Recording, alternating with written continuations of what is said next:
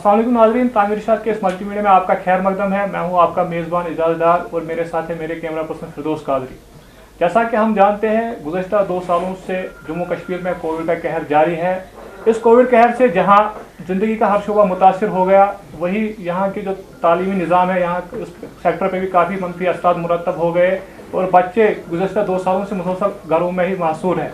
अब महकमे तालीम की जानिब से क्या कुछ कोशिशें की जा रही है जो इस तालीमी सेक्टर को नुकसान हो गया इन 2 सालों में, इस हवाले से हम बात करेंगे आज नाज़िम तालीम कश्मीर डॉक्टर तसद्दुक़ हुसैन मीर साहब से। उससे जानेंगे कि क्या कुछ कोशिशें हो रही है ये जो नुकसान हुआ उनकी भरपाई करने के लिए, और क्या कुछ आगे इकदाम उठाए जा रहे हैं महकमे तालीम की तरफ से, ताकि बच्चों का जो कीमती साल है वो ज़ाया ना हो सके। सर, आपका खैर मकदम है तामिर इरशाद में। शुक्रिया। अगर हम बात करें तो गुज़श्ता 2 सालों से यहाँ मुसलसल कोविड का कहर चलता आ रहा है, जिसके नतीजे से जो स्कूल वो मुकम्मल तौर पर बंद पड़े हुए हैं। सर, अगर हम देखें कि स्कूल बंद पड़ने से यह हमारे बच्चों का मुस्तकबिल ज़ाया हो रहा है, तालीमी साल काफ़ी मुतासर हो, तो क्या कुछ कोशिशें की जा रही है महकमे तालीम की तरफ से ताकि इस नुकसान की भरपाई हो सके? देखिए, पहले मैं आपका शुक्रिया अदा करता हूँ, आप आए यहाँ। ये सबको हमें पता है कि ये जो कोविड का पेंडेमिक ये थ्रू वर्ल्ड चल रहा है, ये सिर्फ हिंदुस्तान में नहीं, कश्मीर में नहीं है। लेकिन फिर जो कोशिशें की जा रही हैं वो रीजन स्पेसिफिक होती हैं। तो हमारी जो कोशिश है, हमने सबसे पहले जूम क्लासेस शुरू की। पहले मार्च में कुछ दिन स्कूल चले, फिर उसके साथ ही फिर पेंडेमिक का जो असर और बढ़ गया, तो उसकी वजह से हमने जूम क्लासेस पहले 15 मार्च 20 मार्च से शुरू हो गए थे। उसके बाद हमने यहाँ एक लर्निंग मैनेजमेंट सिस्टम हमारी एक ऐप चल रही है, जिसमें हमारे 10th तक जो सारे स्कूल हैं, मास्टर्स है, वो सारे रजिस्टर हुए और बच्चे भी उस पर रजिस्टर हुए। जब हमने उसका देखा कि उसमें कितने बच्चे रजिस्टर हुए, उसमें 4.5 लाख बच्चे उसमें रजिस्टर हुए, तो हमें लगा कि उसमें कुछ कमी है। 70-80 हज़ार बच्चे अभी कवर नहीं हो रहे हैं। उन चीज़ों को मद्देनज़र रखते हुए हमने कल से 26 तारीख से हमने रेडियो क्लासेस शुरू किए 5th to 8th। तो 1st से इंशाल्लाह हम टेली क्लासेस 9th से 12th तक कर रहे हैं, ताकि उन बच्चों तक ये रसाई हो जहां इंटरनेट और जिनके पास एंड्रॉयड फ़ोन्स नहीं होंगे। तो उनके लिए हम रेडियो और टेली, ये उनके लिए महदूद नहीं है, ये सब देख सकते हैं, कोई भी पेरेंट भी देख सकता है। नाउ ये जो हमने सिस्टम शुरू किया है, we are visible to all, आप भी देख सकते हैं। मैं भी पहले ये क्लासरूम में है, एक 4 दीवारी में होता था, हमें पता नहीं होता था क्या।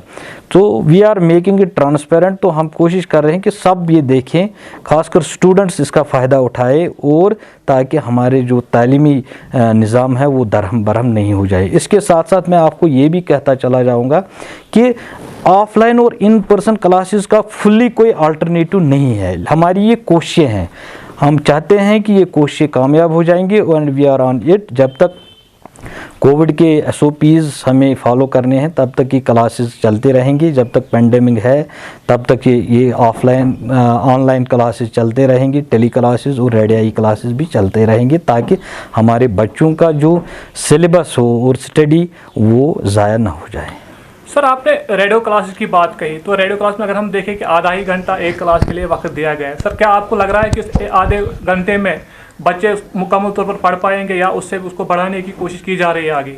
नहीं, देखिए, अगर आपको पता है तो क्लासेस में 40 मिनट हमें पीरियड होता है, तो हमने यहाँ कंडेंस करके इस ये जो क्लास है, जो टॉपिक है, उसको हमने कंडेंस करके हमने 30 मिनट का कर दिया है, क्योंकि स्लॉट भी वहाँ अवेलेबल होना चाहिए। इसके साथ साथ बड़े स्टेक होल्डर्स होते हैं, तो हमने कोशिश की है कि इन क्लासेस को कंडेंस करके इलस्ट्रेटिव मैनर में हम इनको दे दें।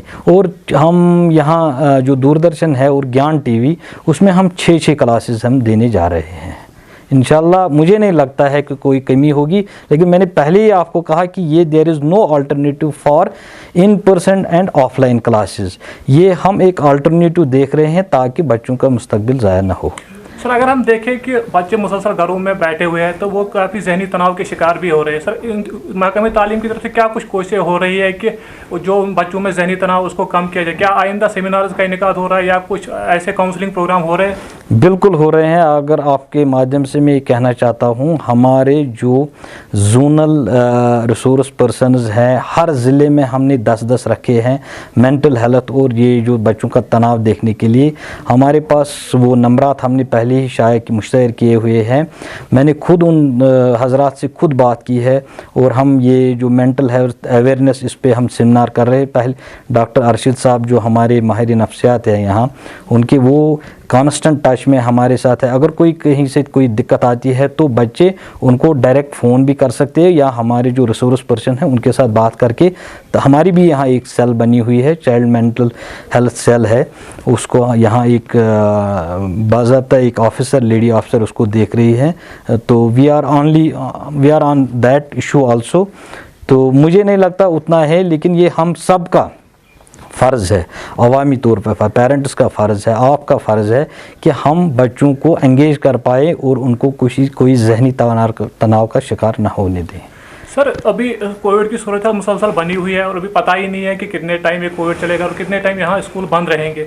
सर, क्या कुछ आपका मंसूबा होगा आगे के लिए और आपके बच्चों के लिए क्या कुछ मैसेज होगा, क्या पैगाम होगा कि वो कोविड सूरत से बचने के लिए क्या कर सकते हैं? देखिए, जैसे मैंने पहले ही कहा, जब तक ये SOPs रहेंगे तब तक हमारे ये क्लासेस चलते रहेंगे। बच्चों से हम यही कहेंगे कि you stay endorse, stay safe, घर में कुछ एक्सरसाइज करें, पेरेंट्स के साथ शेयर करें, कुछ स्पोर्ट्स एक्टिविटी अपने आंगन में के योगा करे, और कुछ जो एक्सरसाइजेस हैं, जो जिसमें जो फील्ड है, किताबें पढ़े, टीवी देखें, ड्राइंग्स करें, जो भी है वो जिस अपने इंटरेस्ट के हिसाब से बच्चों को और पेरेंट्स को खासकर एक जिम्मेदारी बनती है, वो अपने बच्चों पर ख्याल रखें और उनको किसी इंटरेस्टेड एक्टिविटी में एंगेज करें।